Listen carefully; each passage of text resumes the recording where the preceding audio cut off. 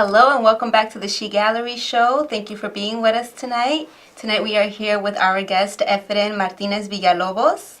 Thank you for being with us, Efren. Thank you for having me. Thank you. And you are here with us live on CAN TV. You can reach us directly throughout the segment. You can join in the conversation at 312-738-1060. That phone number is also found on the bottom of the screen on the television and will be for the entire segment. And please remember that you can always visit our website at www.sharinghisenergygallery.net.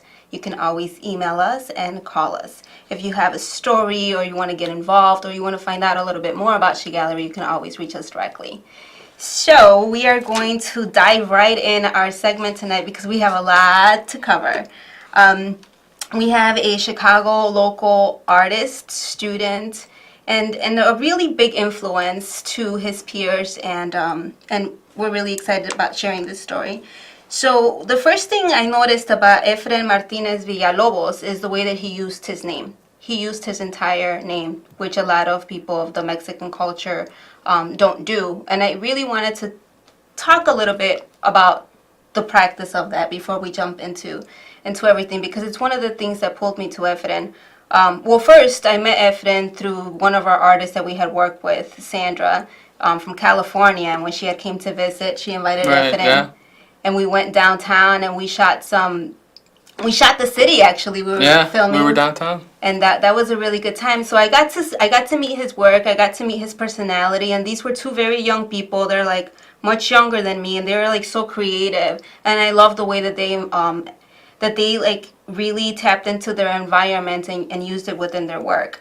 And then I really paid attention to the way that he used his name, because my name, personally, Dulce Maria Diaz, I did not really include Maria until I learned a little bit more about my culture, or I learned to appreciate it. So for those of you who do not know, or Dulce Maria Diaz Mendoza, I'm sorry. Okay. But even then, I still didn't do that. But for Efren Martinez Villalobos, for most of you that may not know, in the Mexican culture in Mexico, it is customary to use both of your parents' last names. So mom does not get left out. She does not lose her name. When she marries her husband, she gets to keep her last name. And the children get to carry on both of the last names. So on my birth certificate, it's actually Dulce Maria Diaz Mendoza. And in Efren's birth certificate, it's Efren Martinez Villalobos. Right. And Efren, can you please talk to us about when you decided to start using your entire name and why? When I started using, mostly around the time when I started taking photography a little bit more serious. And why? Just because I thought, I think it was important for me to just tell people, and I just wanted to be proud of, my entire name, who I was, and instead of just using one side of my last name, just use the whole entire thing. That's cool. And it's cool to share that part of culture. Yeah. I think it's really, really neat, the way that Mexico still respects both entities, both families.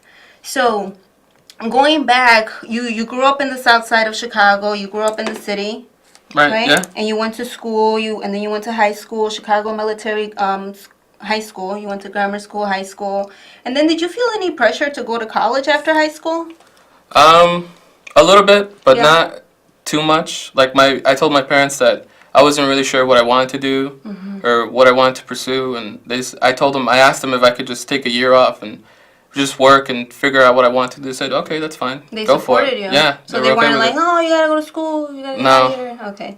And you are the only member in your family that was not born in Mexico. Is that right? Right. Yeah. It's pretty amazing. So you have two older brothers. Yeah, two older brothers. And they are both educated. They both went to school. Right. Yeah. And then while you decided not to go to school right away after high school, you decided to go work with your father. Yeah. At a manufacturing company. Yeah. Can you talk to us a little bit about what that was like and what you learned while you were there? It was really tough. The job was really labor-intensive. The conditions were pretty rough. During the winter, it was really cold. During the summer, it was like really humid. Yeah. And there was a lot of heavy labor. And what I learned from it was mostly just how to use my time, because everything runs so fast and things like that. Yeah. Yeah. So I remember you mentioning you were working like 60 hours. Oh, yeah. Like these really, really heavy hours. Yeah. and then you looked around and realized I don't have to do this. Yeah, I just the more I did stuff that I didn't like, I kept thinking about things that I'd rather be doing. Because I mean that has to be all your time, right? You're working, Yeah. you're going to sleep, working, you're going to Yeah. So that's 10 hours a lot. day. So what was it that made you decide or that opened your eyes to say, I have an opportunity, I can do a little bit more? Aside from realizing that it was not like you had a family that you had to support, which you had also mentioned.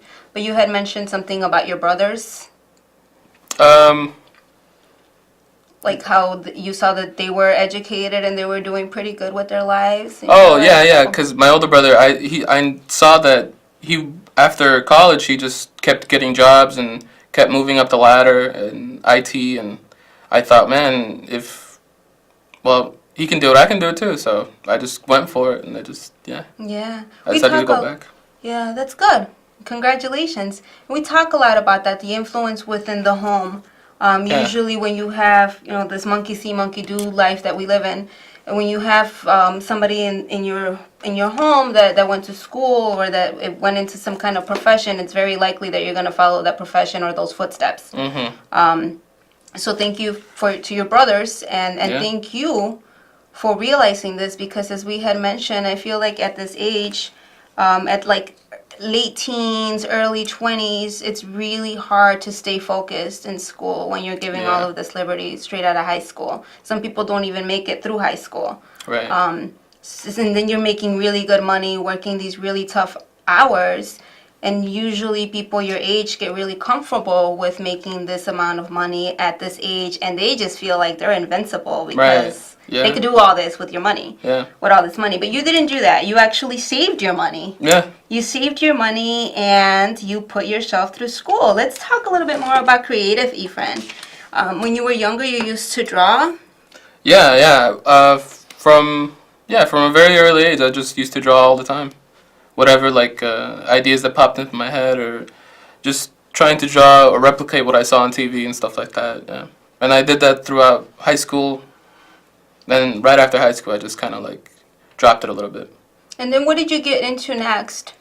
And then I really got into films, and I decided to buy my own camera, and I said I was gonna make my own short films. Yeah. So you liked watching movies? Yeah. Yeah. You liked watching movies. What were some of your influences? Some of my influences,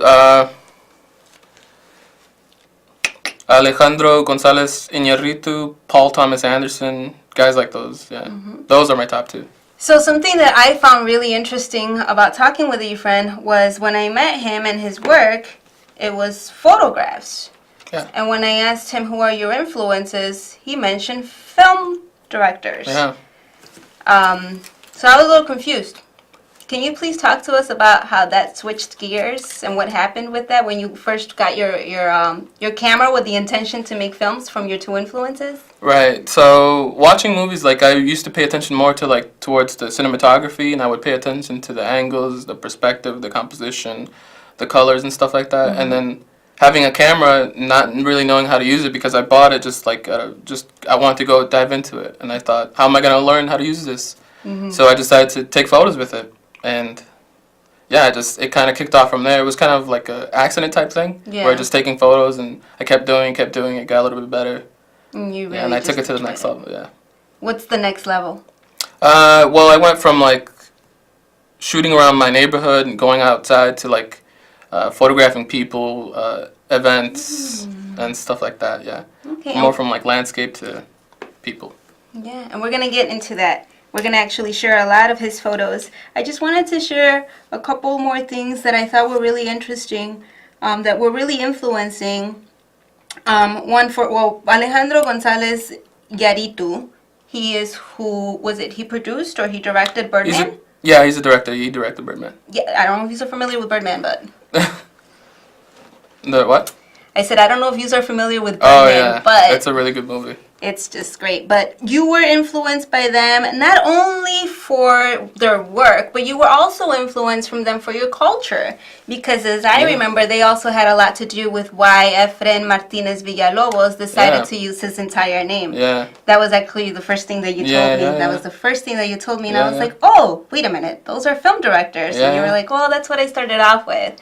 And then we went into the photographs. And then with the photographs, I really like what you've done. But we're gonna jump. I'm jumping around. I want to just say one thing before I don't say it, because I had said that I want to make sure that we capture this. When asking Efren about influences, he says to me, every time you look at something you like, it influences you. Maybe subconsciously, but it does. Right. I thought that was so important because it just shows how much our environment shapes us and how important it is to take care of our environment because of how much our environment shapes us. So having whatever is around you, being mindful of how much it does to you, because it generally or it ultimately influences you, your thoughts, your actions, and that is your entire life before you know it. So you were influenced by your brothers, you were influenced by your father, you were influenced by your environment, and you chose to go back to school. Right. You used that money to put yourself through school, and now you're doing what you love. Yeah. And you're a student. Yeah. I just wanted to say that. We are going to start showing you guys some of his work. So talk to us about your landscapes and your journey, your photographic journey. Oops, sorry. Well, This is the city. Yeah, that's Chicago. And you mentioned you had started taking photos just around your neighborhood. Yeah, just walking around wherever on Western, on Pershing, Archer. I would go downtown and go to the Art Institute, stuff like that. Go to the lake. And then anything I would see, anything that I thought, oh, that looks really good, I just photographed it. That is amazing. And you did this for yourself. You bought yourself these cameras. You've used 2 cameras now? Yeah, just 2. Mostly? Yeah. And what cameras are those? My first camera was a Canon Rebel T5, and the one I use now is the Sony A7 R2. Mm-hmm. Yeah. And then you say, what were the difference between the 2 cameras that you felt like one was easier to work with than the other? The Sony, I feel like it has a more, it's an easier interface, to be honest. Canon, you have to kind of like search through it. You have to like work your way through it. Sony is pretty straightforward. I like it. It's a little easier. Okay. But the Canon, you know. Did you teach? Sorry. No, go ahead. Did you teach yourself how to use these cameras? Like you mentioned earlier, you just kind of bought them and started playing with them? Yeah, in the beginning, yeah. Okay, so what are you going to school for now? Graphic design. And are you planning to use all of these practices, graphic design, photograph, and film? Or what are you planning to do with your graphic design studies? I think they can work pretty hand in hand well together, because if I take a job as let's say I design T-shirts, I can still photograph the T-shirts after they're made, and then I could use them for ads and stuff like that for marketing. And that's really, really neat when you find all of these different ways that you can make all of your artworks work together. And who are these people that you're photographing here? That's my father's father. That's my grandfather. That's your grandfather. Yeah. So is this when you began to start photographing people versus landscapes? Yeah, it was about that time, yeah. Is she crying? No, she's not crying. That's my dad's mom. Wow. Yeah. And is this in Mexico? Right, yeah. So do you travel to take your photos? Not intentionally. I would just take the camera if I went somewhere. If I thought this might be a good place to take some photos.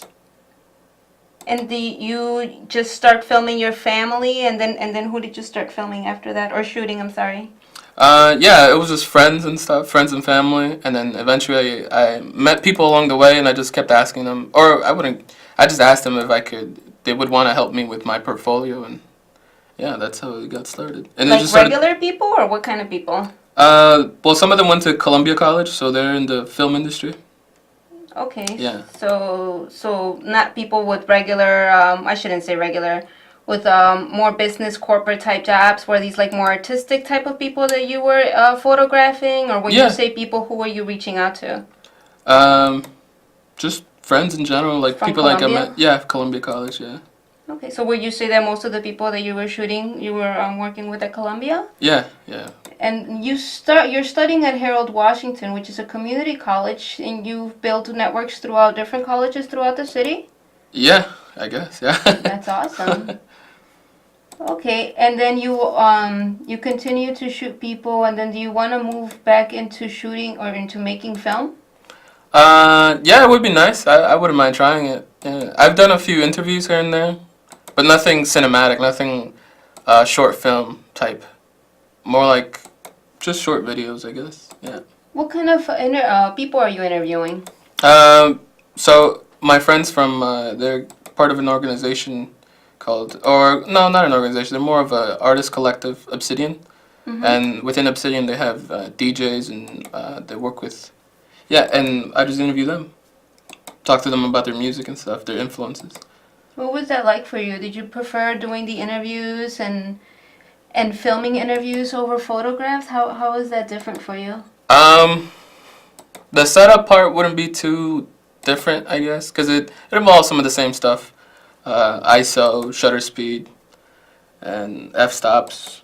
But the only difference is how you structure it. With photography, you can just, kind of be intuitive and take chances and play with, whatever. But, with video, you kind of have to structure it a certain way to make it, a little cohesive. So would you find more freedom in photographing than you would in filmmaking? Yeah, I think so. Okay. These are really, really special. One of the things that I talked to Efren about when we were talking about his work, and especially his photographs, is how I felt like they were innocent in a way, where now a lot of times where you see photography, you're running into a lot of extra digital, work on top of it, which is really cool and fun to work with, I think. It's fun to look at, but it's also become very, very trendy. And sometimes it's really hard to find originality within that kind of work because it's become so. So, and we do the social medias, and that's actually how I reached out to him. And it's cool, you go through your feeds and you see all of this different work, and you're able to hashtag and learn about other people's work throughout the country.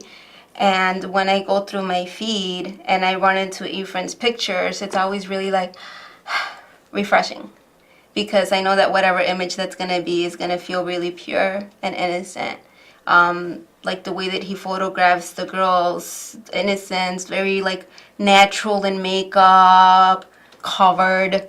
You don't have all of this filth. Not that our bodies are filthy, but you capture an innocence of the person. And you also capture the action of the freedom within your photos. And they also show a lot of culture. And whatever culture that person may carry, whether it's in the gay community, or whether it's in the Mexican community, or whether it's in whatever community you're at, if it's in the metropolitan walks, you really capture that. So thank you for doing that, and keep working through with your film. And I know you want to move into graphic design, and I think that's really, really great. And I really encourage you to go back into filmmaking as well. We here at Can TV offer those type of services. As I was talking to Efren, when I was talking to him, I'm like, dude, you gotta get in Can TV and you gotta produce, because you can do this. And one of the things that Can TV offers as a producer here, when you're making your films, when you're making your productions, you can edit them here. Right. And they air here through our television station. And you can share them with your friends and keep building that up. You can make movies and have them produced. I mean, you can dream as big as you want at Can TV. You really, really, really can. I can't thank Can TV enough for opening up these doors and these possibilities, these dreams that really seemed like fake dreams suddenly become goals, and suddenly dreams are real things. They're feasible things if you let them, if you bring forth that power. So Efren had a choice. you had a choice to keep making good money with your Right. father, Yeah. working these tough hours and maybe wearing really nice clothes and maybe posting pictures about how much money you have. Right. Yeah. But instead you're taking photos and fulfilling your freedom. Right. Yeah. So where do you want to be in 5 years, in 10 years? What are your dreams? What are your goals? Just keep working. I usually don't like plan too much far ahead. I just take if a door opens up, I just go through it. You know, like no missed opportunities. That's awesome. I just go with the flow. You know. Yeah. And that's really living freely when you're not being afraid to take risks. Right. And you're kind of letting your intuition guide you and paying attention to what it is that you like, because we grow every single day. We actually evolve. I mean, it's like in our blood. Right. Like we literally do evolve. It's not just in our brains. Our body evolves and our mind evolves every single day.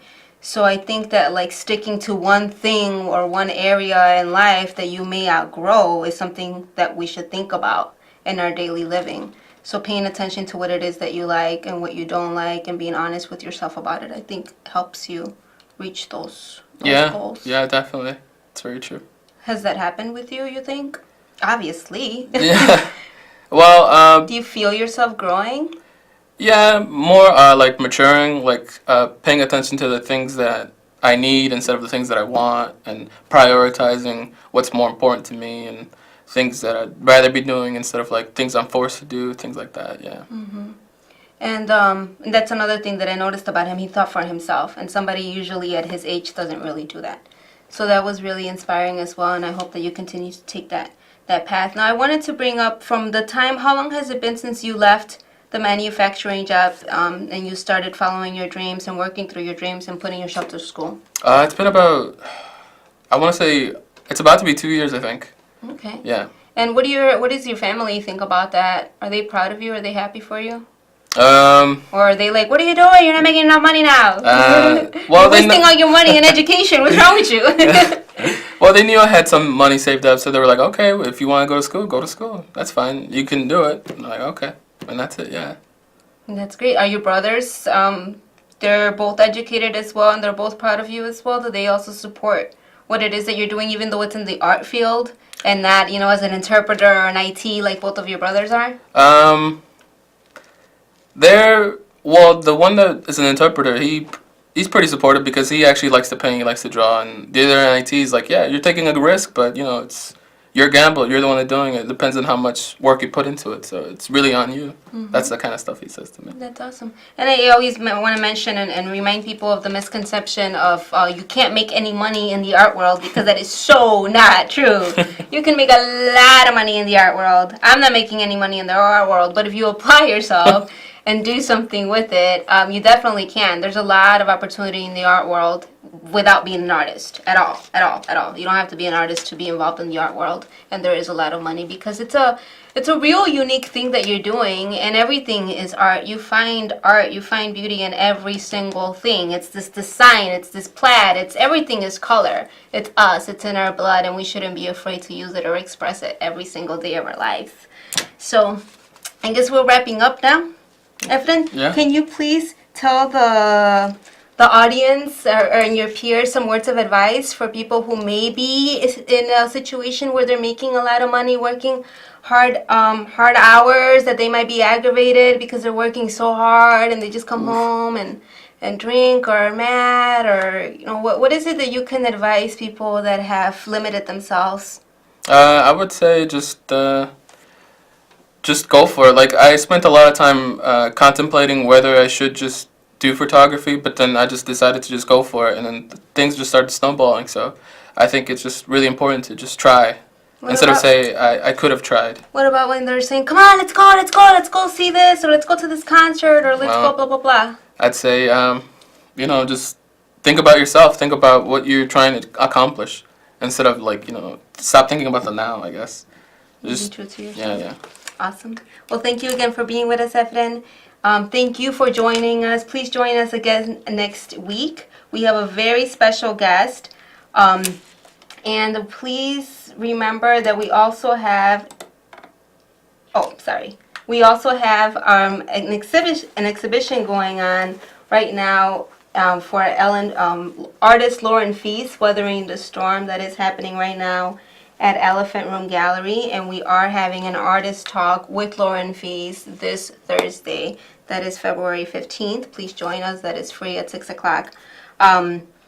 Lauren Feast is the winning participant from Lake FX Creative Con Access Labs that we had at the Cultural Center last year in April. So it's a really special exhibition, and everything is about mindfulness and working with your family. So it'll be fun. Thank you again for joining us. We'll see you next week. Bye. Bye.